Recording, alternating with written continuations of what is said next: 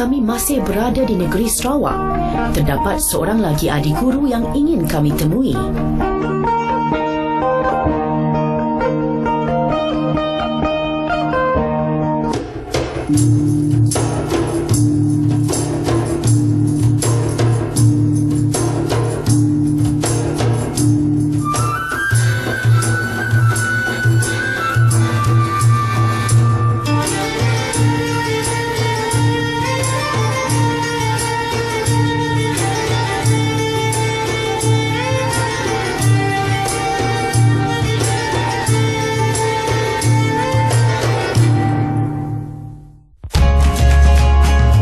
Dari Sibu, kami menaiki kereta sewa untuk ke Lubuk Antu. Perjalanan selama 2 jam lebih tidak terasa kerana pemandangan di sepanjang jalan begitu mendamaikan. Sesampainya di Pekan Lubuk Antu, kami tidak melepaskan peluang untuk rakamkan gambar di sekitar pekan.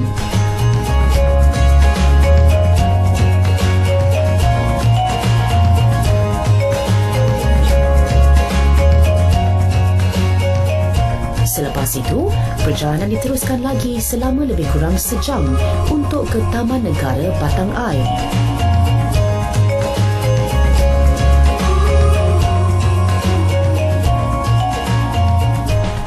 Kami terpesona dengan kecantikan alam semula jadi di sini. Empangan Batang Ai umpama tasik besar yang indah. Dihiasi pula dengan awan berarak perlahan serta bot yang lalu lalang. Ramai orang datang berkunjung ke sini, sama ada ingin mengambil gambar ataupun untuk berkhemah.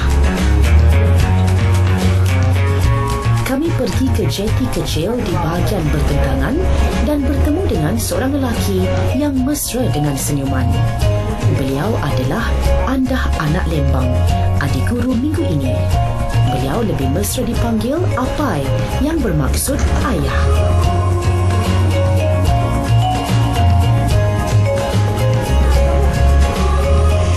Dua bot yang menunggu kami. Satu kepunyaan Apai Andah dan sebuah bot lagi kepunyaan jiran beliau di Rumah Panjang. Selepas memasukkan barang ke dalam bot, kami pun bertolak ke Nanga Sumpah.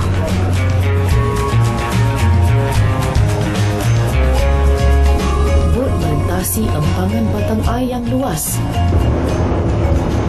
Apai Andah tenang membawa bot. Sesekali bot kami berselisih dengan bot yang satu lagi. Buat seketika terasa seperti berada di lautan kerana luasnya air yang terbentang. Namun tidak lama kemudian jalan air mulai mengecil membentuk sungai.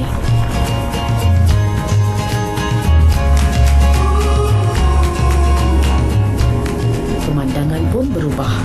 Pokok-pokok terasa lebih dekat. Rumah-rumah panjang semakin banyak. Sekolah dan klinik juga berada berhampiran laluan ini. Kami terpesona dengan pemandangan ini. Walaupun hanya boleh dihubungi melalui jalan air, namun kemudahan asas di sini tetap lengkap untuk para penduduknya.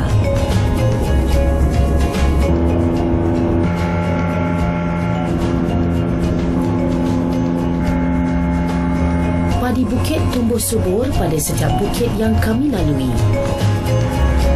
Keindahan alam semula jadinya bukan satu persoalan lagi.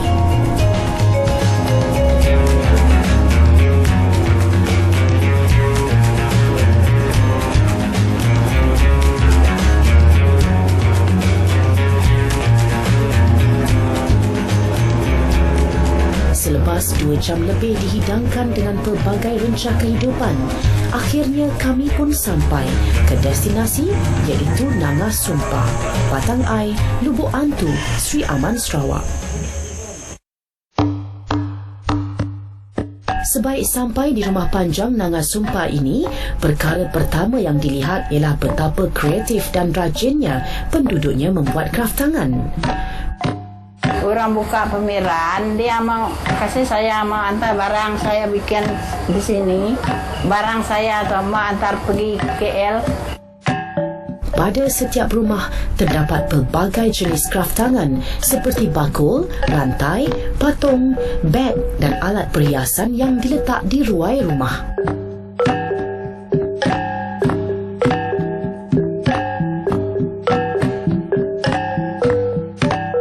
Rumah panjang ini masih dalam pembinaan semula selepas insiden kebakaran yang berlaku beberapa bulan sebelumnya.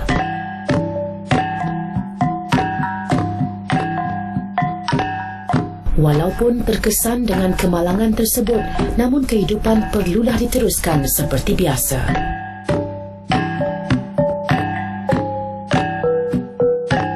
Rumah panjang ini diketuai oleh Apai Andah.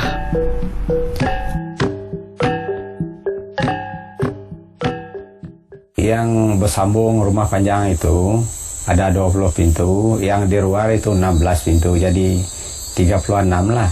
Penduduk kami di sini ada 200 lebih lah. Andah anak Lembang dilahirkan pada 11 Mei 1948 dan merupakan anak jati Nanga Sumpah.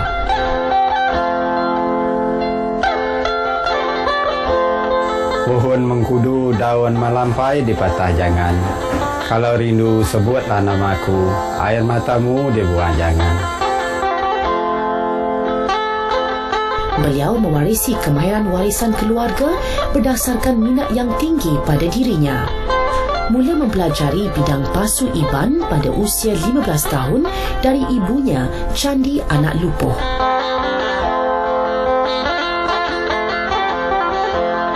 Ya, saya tengok macam dia buat itu, saya tengok sajalah. Saya tidak ada belajar macam ketok-ketok dia. Habis itu saya buat sendirilah di belakang. Mula-mula memang tidak jadilah, tapi 2 kali, 3 kali boleh juga. Bermula dengan pembuatan pasu iban secara sambilan, beliau mula yakin bahawa dengan kemahiran yang ada, beliau boleh melangkah lebih jauh lagi. Saya memang sayang tradisi ini dari kita nenek moyang punya, dia buat sendiri. Itu saya punya niat, itu sayang betul saya tradisi itu. Pada tahun 1987, beliau bertekad mengusahakan pasu iban secara sepenuh masa.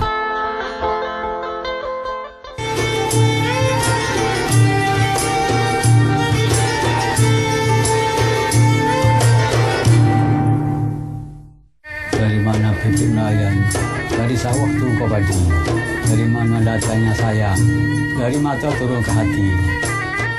Ciri-ciri keindahan serunai yang beliau ada adalah dari segi ukiran halusnya. Encik Jamawi dikenali sebagai pakar parang dan digelar guru oleh pengusaha parang Kota Belud. Saya tak belajar, saya perhati oleh saudara tua yang dulu.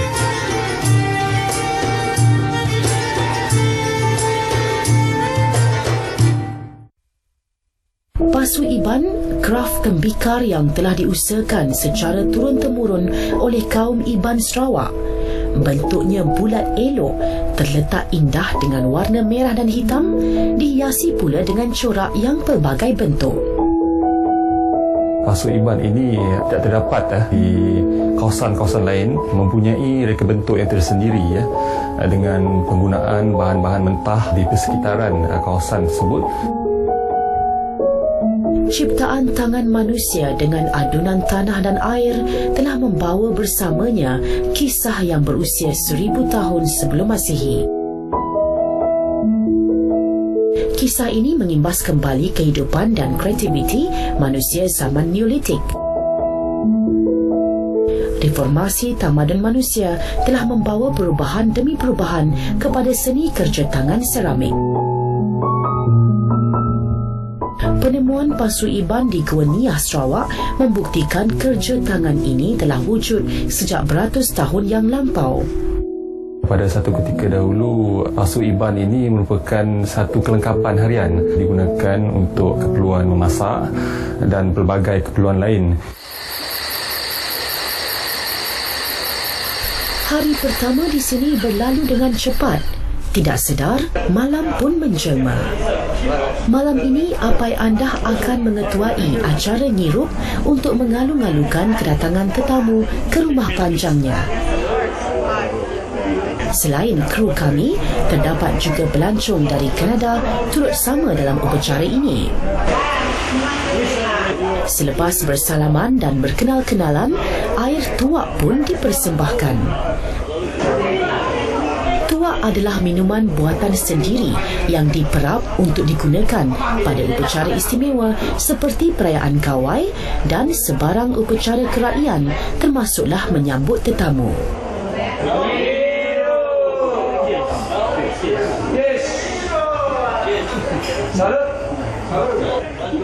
Pelancong Kanada sekeluarga ini tidak teragak-agak untuk merasa air tuak. Sekiranya tidak mahu minum, cukuplah menyentuh sahaja gelas bagi menghormati pelawaan mereka. We're really having a phenomenal time. Sempena perayaan Hari Natal, pelancong dari Kanada ini turut membawa beberapa jenis makanan ringan dan buku sekolah untuk diberikan kepada anak-anak di rumah panjang ini. We were told that it's a custom amongst the Iban people to bring a gift when you come visit their home. They're very friendly, very helpful. Menariknya, pemberian tersebut akan diletakkan dalam keadaan tersusun dan dibahagi sama rata sebelum diagihkan kepada anak-anak tersebut. Mereka tidak berebut tetapi menunggu giliran masing-masing. Apabila semuanya telah dapat, barulah mereka menikmati bersama pemberian itu. Malam ini ditutup dengan senyuman yang menggembirakan.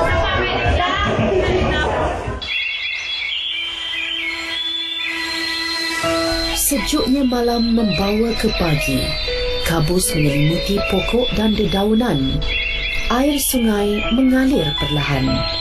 Bunyi-bunyian hutan dan kokokan ayam membangunkan seisi rumah panjang.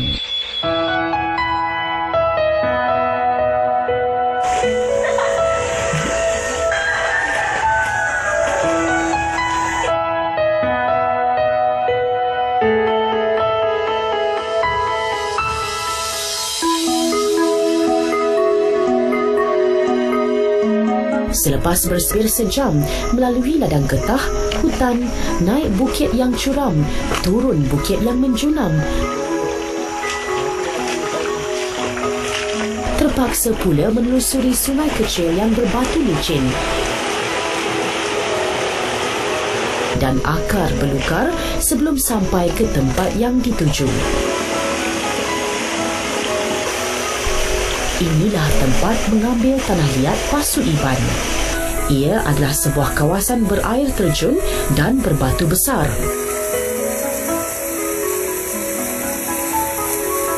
Ini kita ambil itu tanah lah, dalam buah tanah lah.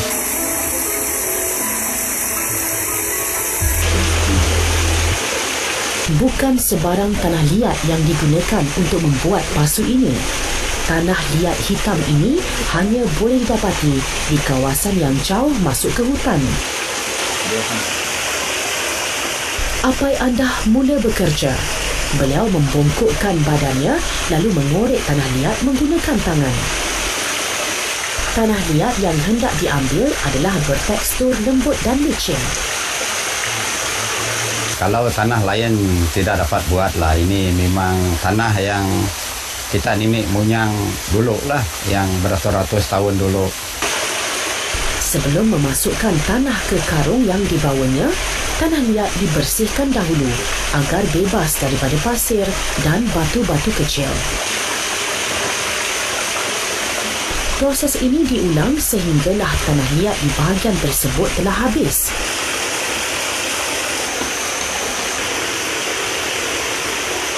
Apai Andah beralih pula ke kawasan berair.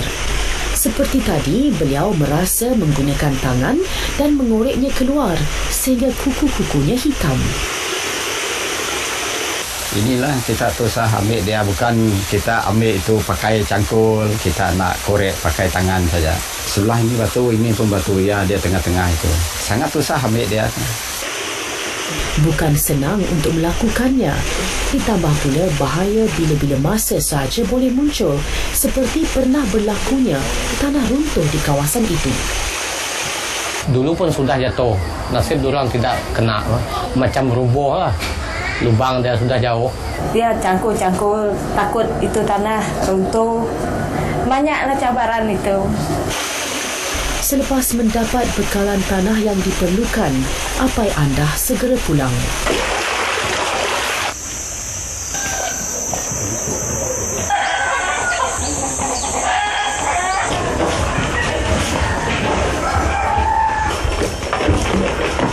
Tanah liat yang diambil tadi kemudiannya dicerai beraikan lalu dijemur sehingga kering.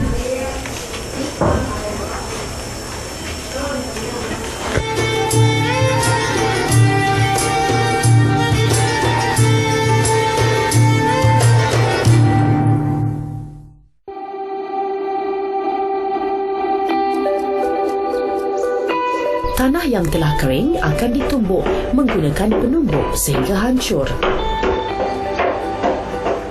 Selepas itu, tanah tersebut akan diayak bagi mengasingkan tanah yang agak kasar dan berbatu.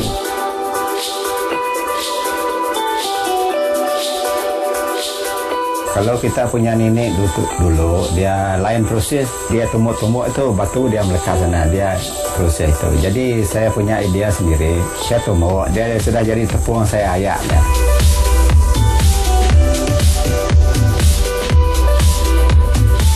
Tanah yang diayak tadi akan dicampur dengan air dan dibentuk silinder sebelum disimpan di dalam beg plastik.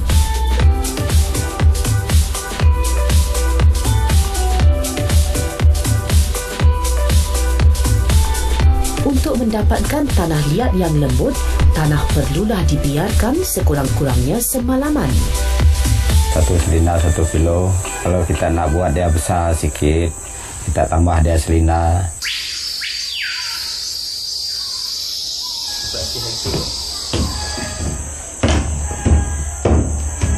Tanah ditumbuk sehingga lepek. Air akan dicampur sedikit demi sedikit untuk membasahkannya. Kemudian tanah tersebut akan dibentuk silinder dan diketuk menggunakan penempak sehingga lepek. Tujuannya ialah membentuk leher pasu. Rotan bulat akan dimasukkan dan ditutup dengan tanah liat.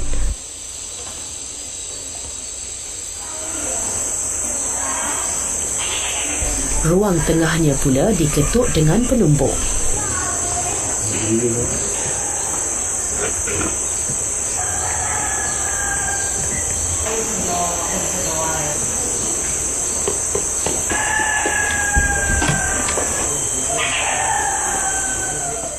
Batu bulat akan digunakan pada bahagian dalam untuk membentuk ruang dalam.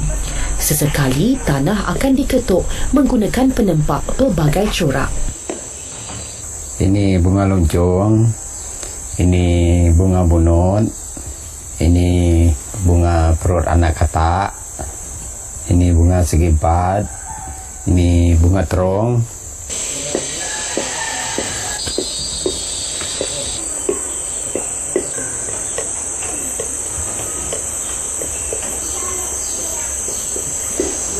Akhirnya terbentuklah sebuah pasu iban yang bulat dan elok rupanya.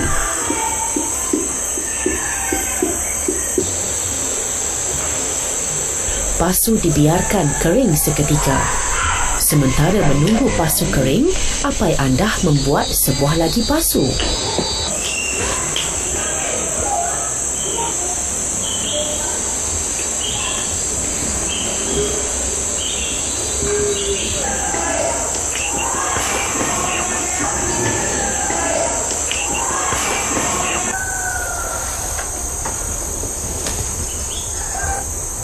Apabila kering, rotan dikeluarkan daripada leher dan tanah liat akan dicantumkan menggunakan air.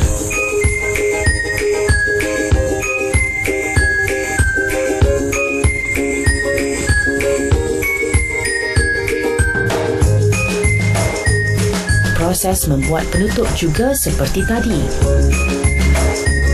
menggunakan batu bulat untuk membentuk dan dengan menggunakan penempak untuk mereka corak,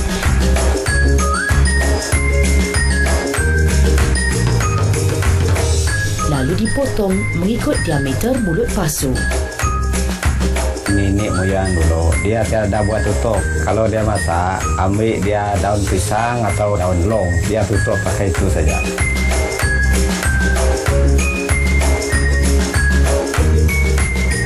Apabila siap, pasu iban akan dijemur di bawah panas matahari sehingga kering dan tanahnya kukuh.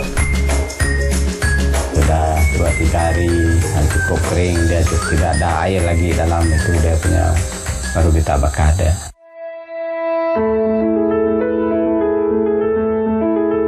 Proses seterusnya adalah proses membakar pasu menggunakan ketuhar.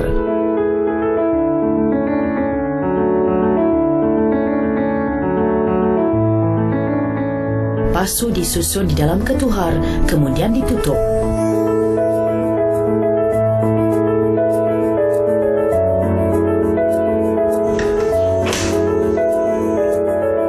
Seterusnya, api ketuhar dinyalakan dan dibiarkan selama beberapa jam untuk kesan yang terbaik.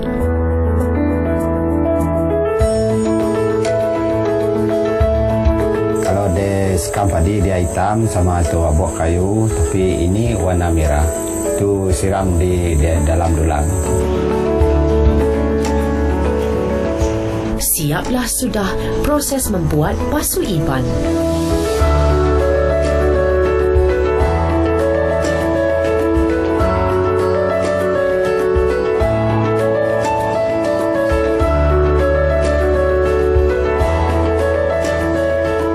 Tembikar warisan suku kaum Iban yang semakin lama semakin berkurangan.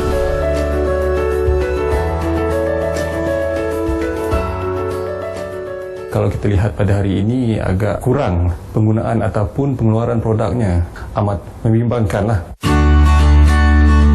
Disebabkan sumbangannya yang berterusan, Apai Andah telah dilantik menjadi adik guru kraf pasu Iban pada tahun 2006.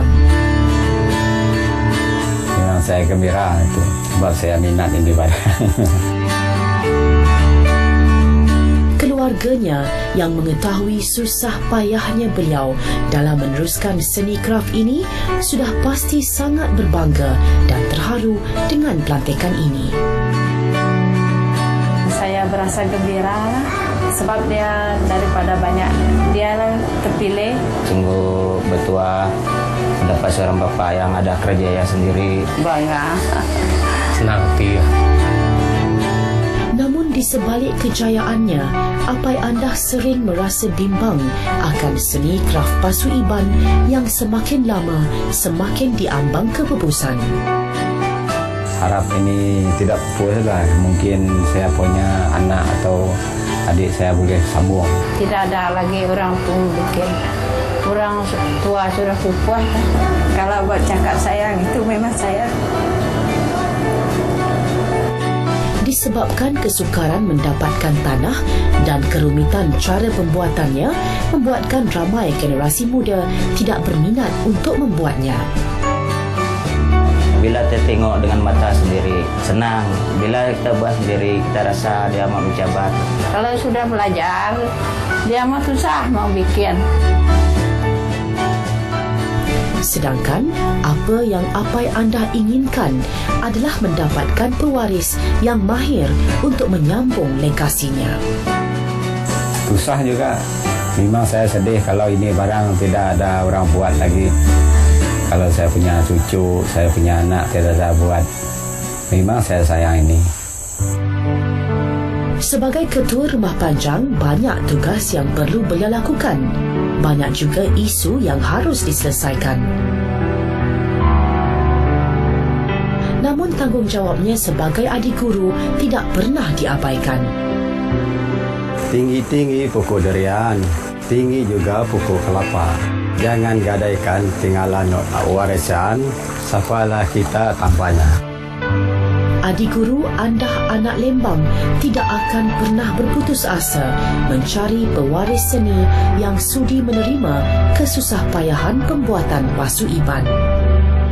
2 3 kucing berlari, tidaklah sama sekucing belang.